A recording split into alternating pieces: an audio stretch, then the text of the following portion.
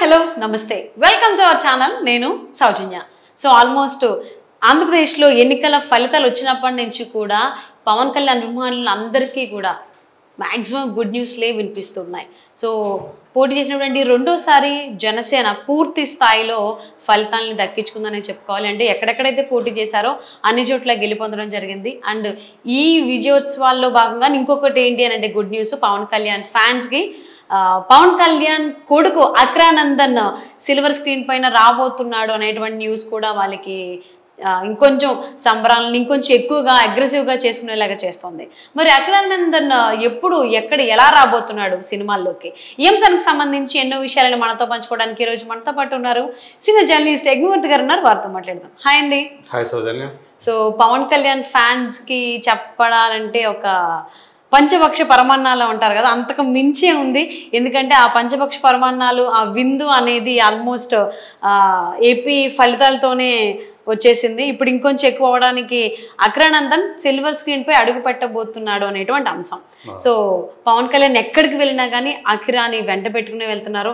Even Chandrababu గారిని కలిసినప్పుడు కావచ్చు, ఢిల్లీలో మోదీని కలిసిన అంశం గురించి కూడా కావచ్చు. అంటే అసలు అఖిరా ఎప్పుడు రాబోతున్నాడు ఏంటి? ఇప్పుడు అందరి దృష్టి అఖిరానందన్ మీద.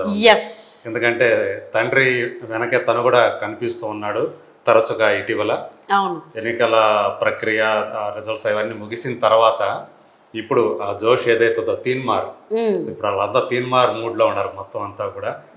మా మెగా అభిమానులు, జన సైనికులు, power fans, power star fans వీళ్ళంతా కూడా. సో వాళ్ళలో మరింత జోష్ నింపుతూ సో అఖిరానందన్ కూడా తయారవుతున్నాడు సినిమాల్లోకి ఎంట్రీ ఇవ్వటానికి అని చెప్పేసి. సో తను ఇప్పుడు అంతా కూడా ఫ్యాన్స్ అంతా ఏం చేస్తున్నారంటే అఖిరానందన్ ఇదివరకు చేసినటువంటి కొన్ని ఫీట్స్ ఏవైతే ఉంటాయో, ఆ కర్ర తిప్పేవి కానివ్వండి, అలాగే తను పియానో వాయిస్తున్నటువంటి కానివ్వండి, ఇలాంటి వీడియోస్ని కూడా షేర్ చేస్తూ so junior power star loading అని చెప్పేసి సో వాళ్ళందరూ కూడా టైటిల్ కూడా ఇచ్చేసారు, జూనియర్ పవర్ స్టార్ అని. రామ్ చరణ్ కి ఏమో మెగా పవర్ స్టార్, అఖిరాకేమో జూనియర్ పవర్ స్టార్. అంటే అక్కడ రామ్ చరణ్కి వచ్చేటప్పటికి మెగాస్టార్ పవర్ స్టార్ రెండు మిక్స్ చేసి మెగా పవర్ స్టార్ అన్నారు. సో ఇప్పుడు ఈయన జూనియర్ పవర్ స్టార్ అని చెప్పేసి ఈయనకి పవర్ స్టార్ తనయుడిగా చూడు మనకు తెలుసు.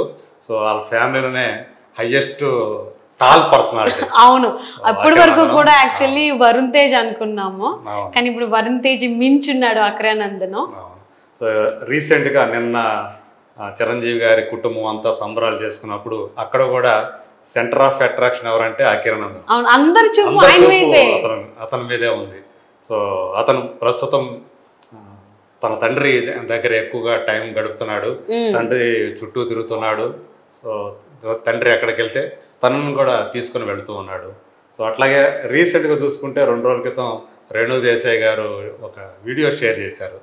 అది తండ్రికి సంబంధించి, అంటే తండ్రి గెలిచిన తర్వాత ఎన్నికల్లో అఖిరానందన్ ఎడిట్ చేసినటువంటి వీడియో అది కూడా పవన్ కళ్యాణ్ ఏదైతే కొన్ని సినిమాలు చేశాడో ఆ సినిమాల్లో ఉన్నటువంటి కొన్ని పవర్ఫుల్ సీన్స్ని ఆయన అన్నీ కూడా ఒక కంపైలేషన్ లాగా తీసుకొచ్చాడు.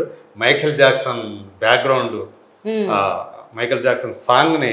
సో అంటే పవర్ స్టార్ ఎప్పుడైతే తను ఒక రాజకీయాల్లోకి వచ్చిన తర్వాత నేను చీకట్లో నుంచి వస్తున్నానని చెప్పి చెప్తున్నట్టు ఒక పవర్ఫుల్ డైలాగ్ అప్పుడు చెప్పాడు.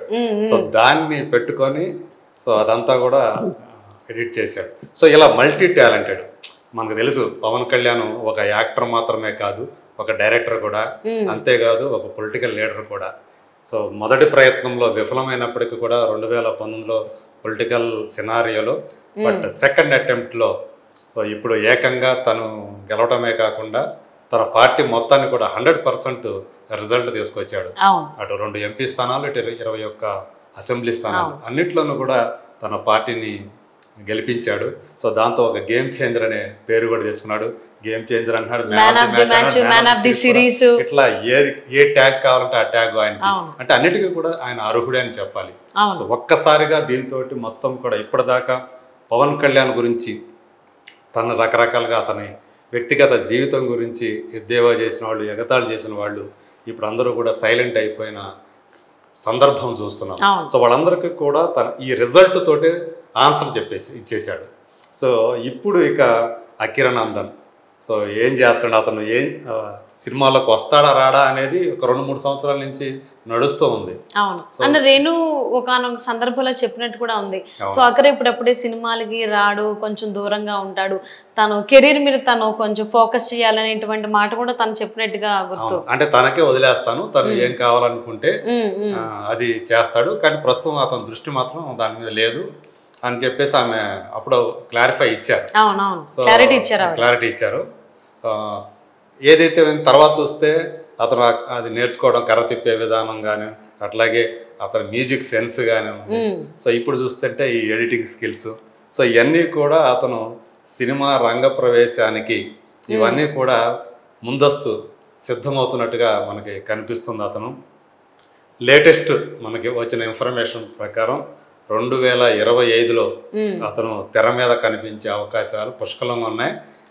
అతను అంటే కొన్ని ప్రముఖ నిర్మాణ సంస్థలు, ఒకటి కాదు 2కు మించి అతన్ని పరిచయం చేయాలని చెప్పేసి, తమ సంస్థ ద్వారా పరిచయం చేయాలని చెప్పేసి గుబిళ్ళురుతున్నాయి. సో వాటిలో ఏ సంస్థకి అతన్ని పరిచయం చేసే అవకాశం దక్కుతుందో చూడాలి.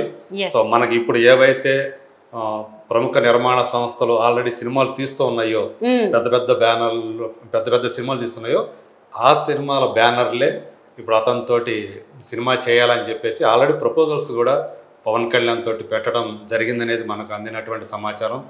సో దీంట్లో త్రివిక్రమ్ చేయి కూడా ఉండబోతుందని చెప్పేసి తెలుస్తూ ఉంది. సో మరి త్రివిక్రమ్ స్క్రిప్ట్ త్రివిక్రమ్ అవుతుందా, లేకపోతే తనే డైరెక్ట్ చేస్తాడా అని కూడా వార్తలు వస్తున్నాయి. బట్ తను డైరెక్ట్ చేయకపోయినా, త్రివిక్రమ్ డైరెక్ట్ చేయకపోయినా ఖచ్చితంగా స్క్రిప్ట్ విషయంలో త్రివిక్రమ్ హ్యాండ్ అయితే ఉంటుంది అనేది మాత్రం చాలా బలంగా విశ్వసనీయ వర్గాల ద్వారా మనకి తెలుస్తున్నటువంటి అంశం.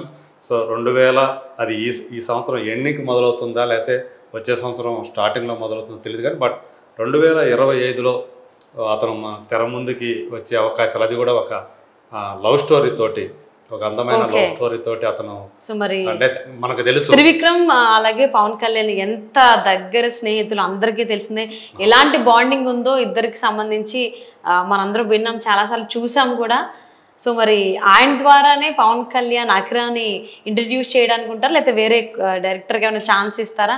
అండ్ మీరు ఇందాక ప్రొడక్షన్ హౌస్ గురించి అన్నారు, ఇంట్లోనే 2 ప్రొడక్షన్ హౌస్లు ఉన్నాయి, ఒకటి అన్నది, ఇంకొకటి అక్కది. అంటే ఒకటి నిహారికది ఉంది, ఇంకొకటేమో రామ్ చరణ్ ఉంది. బహుశా అంటే మనకు అందుతున్న సమాచారం ప్రకారం ఇంటి సంస్థలు కాదు, బయట సంస్థలే డైరెక్టర్. సో లేదు అంటే అన్నయ్య వచ్చి నేనే మా తమ్ముని ఇంట్రడ్యూస్ చేస్తాను అని అంటారా?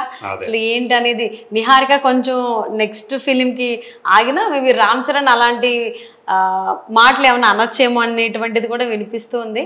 సో ఇంకా దీనికి సంబంధించి అంటే ఎవరు డైరెక్టరు, ఎవరు ఇంట్రడక్షన్ చేస్తారు ఆయన్ని, అండ్ అలాగే ఏ ప్రొడక్షన్ హౌస్ నుంచి అకిరా ఇంట్రడ్యూస్ అవుతాడు అనేది ఇంకా చాలా చాలా ప్రశ్నలు ఉన్నాయి.